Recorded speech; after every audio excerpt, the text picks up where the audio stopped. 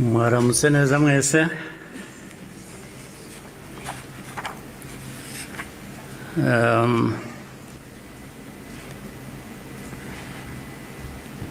Ngira ngo mpere ku ngingo yo kuvuga ubuhamya Minisitiri Bizimana yatugejejeho. Hari ubundi buhamya burebure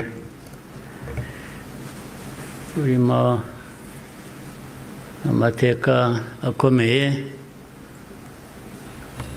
Theoneste namaze kutugezaho. Ibyo twumvise byose bifite aho bishingiye. Ni ukuri abafite uko babihakana cyangwa babihakanya, ngira ngo bafite akazi gakomeye kugira ngo uhindure amateka nk'ayo y'abantu nk'abandi, uyagire uko ushaka, yaba mu gihugu hano, byaba hanze, cyane cyane niba bakunze guhindura aya mateka yacu ku mpamvu zitandukanye.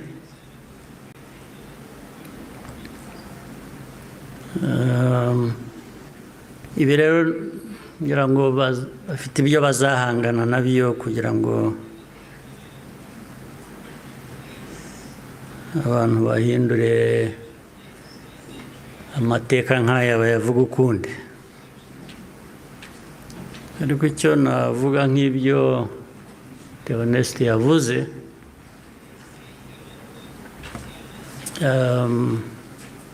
ibihe byo birahinduka, ibihe byarahindutse.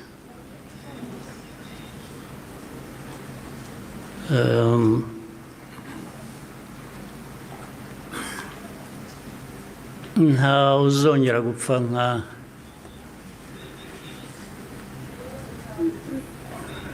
nk'uko Theoneste yabivugaga, n'abapfuye cyangwa nawe uko yapfuye. Buriya yarapfuye, kuba ariho ni nko kuzuka, ariko nta wakongera gupfa kuriya. Impamvu kandi mu zindi nyinshi,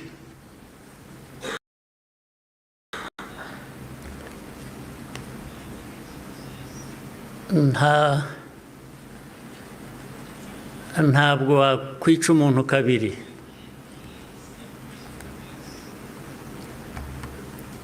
Ubigerageje azakwica mbere yo kumwica. Ubwo turi aha mutureba, bamwe bajya bashinyagura bavugira hanze.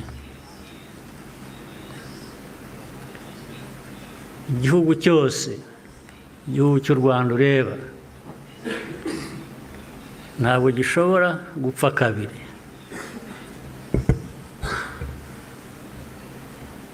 Mbere y'uko wakwica u Rwanda azakwica. Ntabwo wakwica abantu kabiri, ntibibaho. Tureba aha ntabwo twapfa kabiri. Ari twe bakuru, ari abana bacu, ntawe uzabica kabiri, ntibishoboka, ntabwo byakunda.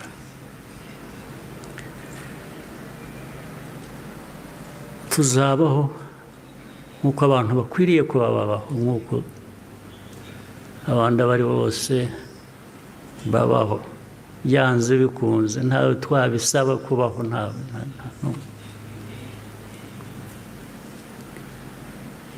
Uko mbivuze uku, hari ababyumva ukundi cyangwa hari abazabisubiramo ukundi, ariko uko mbivuze ni uko nguko aba ariko mu gutwara.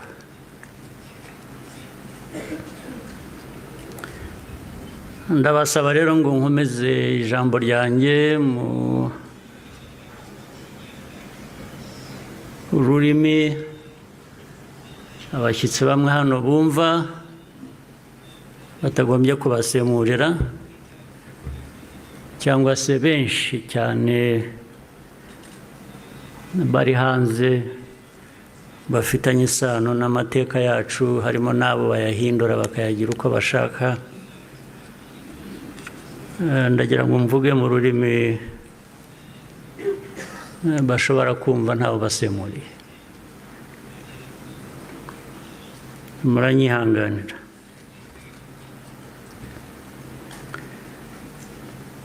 Today, we gather again in remembrance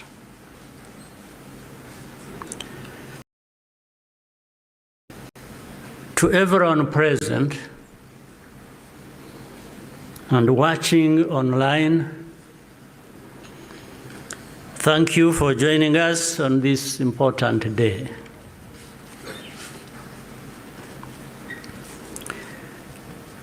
We deeply appreciate the friends who join us every year in person or in spirit without fail.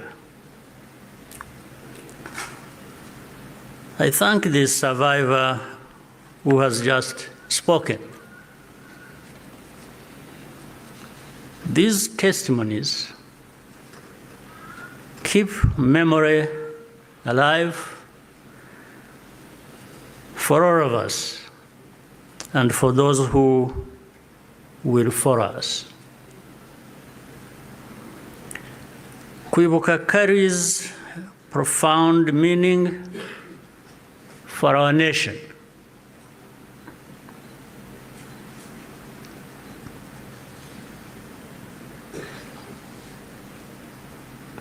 It is how we confront and overcome the divisions that nearly destroyed us. This day empowers us all. We draw on the strength of survivors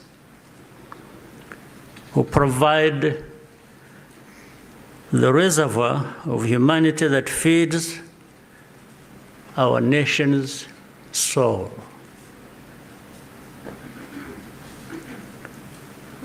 To all survivors, know that you are not alone. We stand with you always. Everything we have achieved was only possible because all Rwandans decided to join hands in a common purpose. We honor the role played by every Rwandan in our country's rebirth. The reality of the genocide is clear for all to see. The ringleaders were convicted in international courts with rigorous evidence. The Gacaca process documented the course of the genocide in every single village and neighborhood in Rwanda. Over 50 million handwritten pages were produced during the 10 years of Gacaca. Right here, where we are standing, 250,000 victims of the genocide are laid to rest. And in 2018, the United Nations General Assembly adopted a resolution that called the genocide against the Tutsi by its proper name, with the support of every member state but one.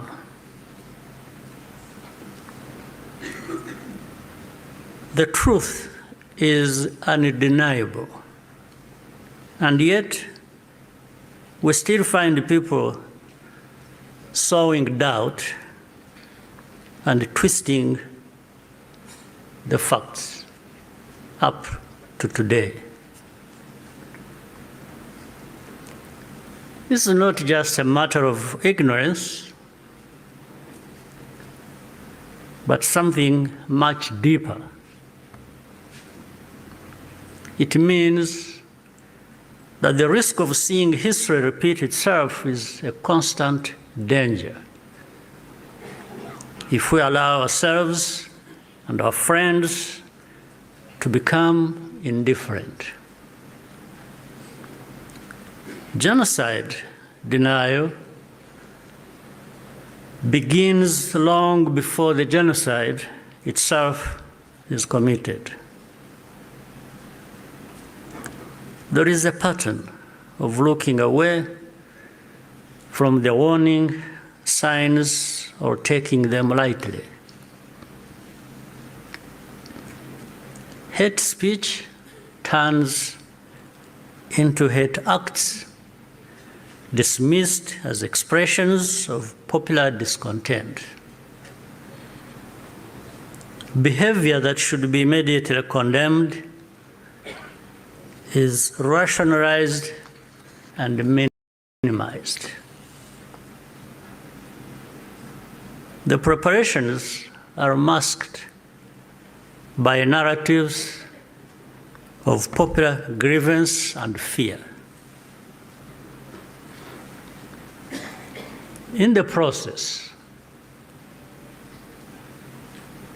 a moral equivalence is created between the targets of the genocide and the planners of it.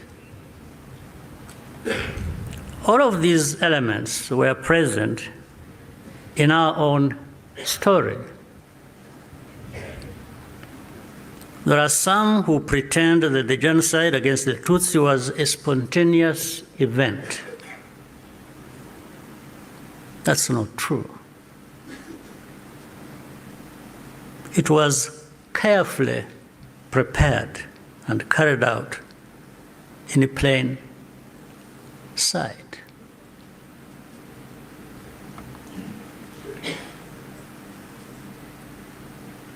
Regrettably, some who spoke the truth at the time and who were even eyewitnesses later became peddlers of distortion, mainly for political reasons. Militias were openly trained and indoctrinated in hate. Weapons were imported in large quantities, and Rwandans who opposed it were threatened or killed. Before 1994, communities were subjected to waves of smaller massacres meant to normalize the killing and also to measure the reaction of the wider world. And with only a few heroic exceptions, the world was unconcerned until it was too late. In the early 1960s, after countless Tutsis were killed or forced into exile. International voices such as Bertrand Russell, to name just one, described it as systematic extermination. The pattern continued in the 1980s and early 1990s. When Tutsi communities such as the Bagogwe in the northwest were targeted in organized attacks,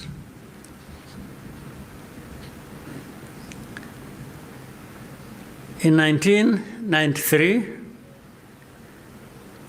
a commission led by Jean Crabonnier investigated these atrocities.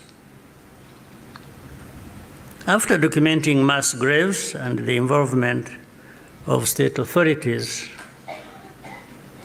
they concluded that a genocide was being prepared. In the same year, the UN Special Rapporteur, Bakri Weli Ndiaye, warned that organized propaganda portraying the Tutsis as enemies was spreading openly, helping prepare the population for mass violence. In January 1994, the command of the United Nations mission in Rwanda sent a fax back to headquarters in New York with detailed intelligence that Interahamwe were stockpiling weapons and compiling lists of Tutsis to be killed. He was then ordered to share the information with the very government which was preparing the genocide and to take no further action. And sadly, the reaction today is no different here in our region. And you can see it right before our eyes. When the genocide began, the nature of the crime was immediately obvious. All Tutsi were targeted because of their identity. Nowhere was safe, including churches and schools. That horrific reality only underscores the humanity and the courage of the Rwandans who took risk to provide hiding places for their fellow citizens. The reaction of the international community was to evacuate foreigners and withdraw most peacekeepers. At Eto, Kichikiro, when the peacekeepers withdrew, thousands of desperate Tutsi were left to die. Such scenes were repeated across the country. If these forces had instead been supported to protect Rwandans, the killers could have been deterred and many people would still be alive. The lives saved by the United Nations peacekeepers who were allowed to remain makes clear how much more could have been done with the political will. Even as the killings accelerated, the language used to describe what was happening itself became a matter of calculation. Genocide is defined in international law precisely to create an obligation to act. To witness such a crime and deliberately refuse to use the term is, in effect, genocide denial, perhaps even a form of aiding and abetting. The technology existed to disrupt the radio broadcasts that directed the killings. The planes capable of jamming those signals were available. Officials even calculated the hourly cost of the mission. In the end, the operation was deemed to be too expensive and potentially also a violation of Rwanda's sovereignty. So the cost was more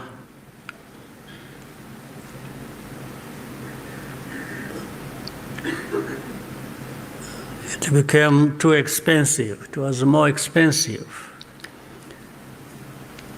especially when in their minds those lives are really worthless. So our lives were worth nothing. That's fine. For Rwandans, the lessons have been brutal.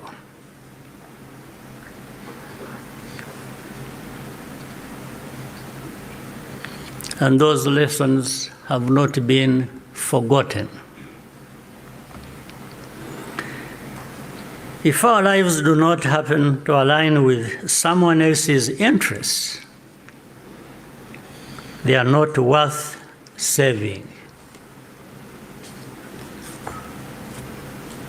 That's fine. And so it had to be the Rwandan Patriotic Army that led the campaign against the genocide and ended it. Our deepest source of grief was always that we could not arrive earlier. This is a simple truth of history, which many today still have reservations about acknowledging, for reasons we do not and maybe will never understand. The culture and character of today's Rwanda Defense Forces, RDF, was forged in those dramatic moments. It guides the conduct of our forces who serve abroad excuse me, in peace-building missions, earning universal respect. Indeed, no sanctions or insult from outside can ever tarnish the honor and integrity of Rwanda's defense and security forces, who are among the finest that can be found anywhere.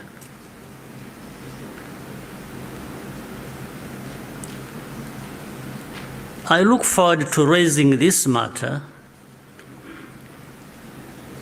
of sanctions at the highest level to understand the basis for such an injustice.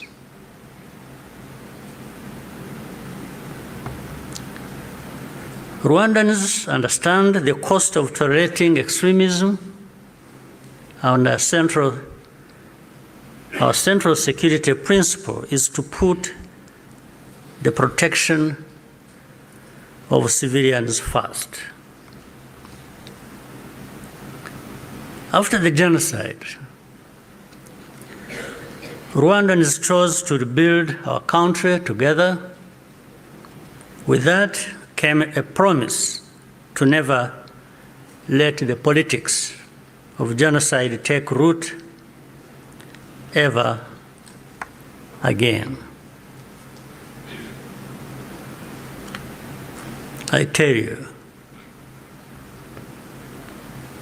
genocide cannot happen here again. It won't happen.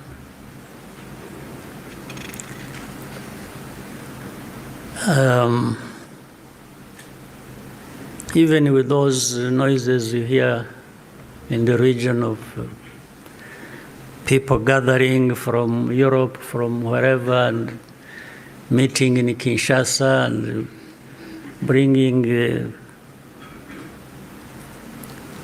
the son of Habyarimana and relatives and others from wherever and gathering. All of that is just noise. It cannot amount to anything that will happen here of that kind again. It cannot happen. And I'm saying this not just as a person. And I'm just saying it because I know every Rwandan, young and old, is as determined and is saying so, like I'm saying now to you.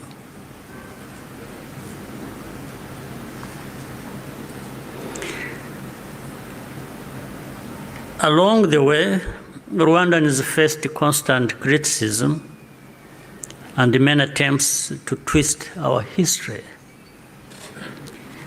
But the power we will always have is to use our minds to see the truth, and our voices to speak up when something is not right. You can never silence us in whatever form. We must be clear about the dangers that remain. When the genocidal government collapsed in July 1994, the soldiers and the militia fled across the border into DRC, forcing millions of civilians along with them. Inside the camps, they organized into what is now known as FDLR, and launched a sustained cross-border insurgency against Rwanda, claiming tens of thousands more lives. This was the period known as the Abacengezi insurgency, and the western border was only fully secured by the end of the 1990s through the combined efforts of our army and the brave residents of those areas. And since then, Our defensive measures have been aimed at ensuring that such attacks can never again be made across our borders. This is not a problem that should be left to Rwanda alone. Doing so only rewards those behind the threats, while Rwanda is penalized for standing up for itself.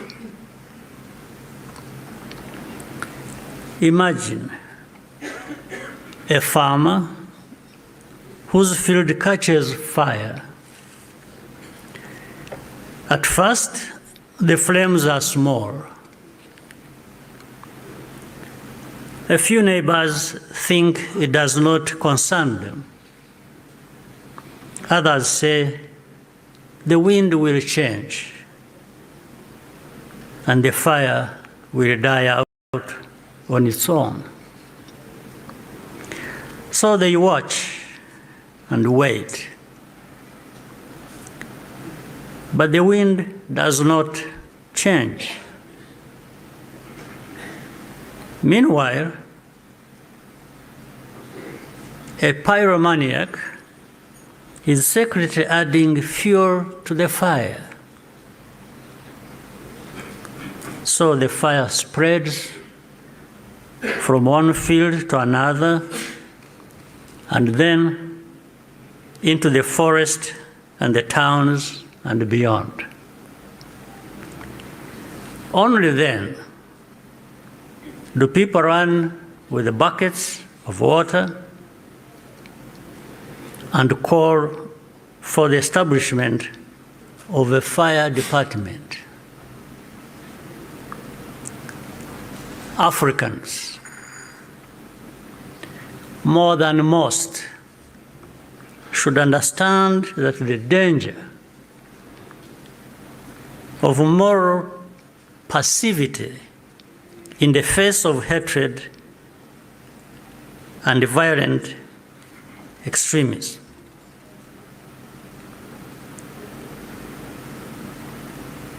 We should understand that danger, especially in the face of hatred and violent extremism. Africans, more than most, we must be reminded by all this history. Today, our continent accounts for the majority of the world's active conflicts. In 1994, Africa's collective institutions also failed to respond. I say this because the call for African sovereignty, legitimate and necessary as it is, must also mean that African institutions act decisively when Africans are at risk. Bad actors must not be allowed to hide behind the principle of sovereignty, to evade responsibility for abuses or deny citizens their rights. We cannot afford to repeat the mistakes of the past. Genocide ideology is still spreading in our region. Left unchecked, it has the power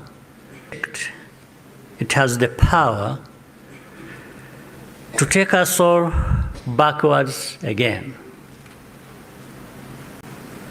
There are those who claim that Rwanda exaggerates that Rwanda exaggerates these concerns or that we have ulterior motives. This is not only false, it exposes the deep cynicism that led to the tragedy we commemorate today. What sustains Rwanda today is the unity of Rwandans and the convictions that, like all people, we have the right to live in safety and dignity and at peace with all our neighbors. What we ask is for partners to join with us to fight extremism, rather than punishing Rwanda for defending itself. We owe future generations of Rwandans more than survival. They deserve to inherit a secure, united, and bold country and an integrated and confident Africa. We invite you to stand with us in remembrance and also in action. I thank you for your patience and kind attention. Murakoze cyane.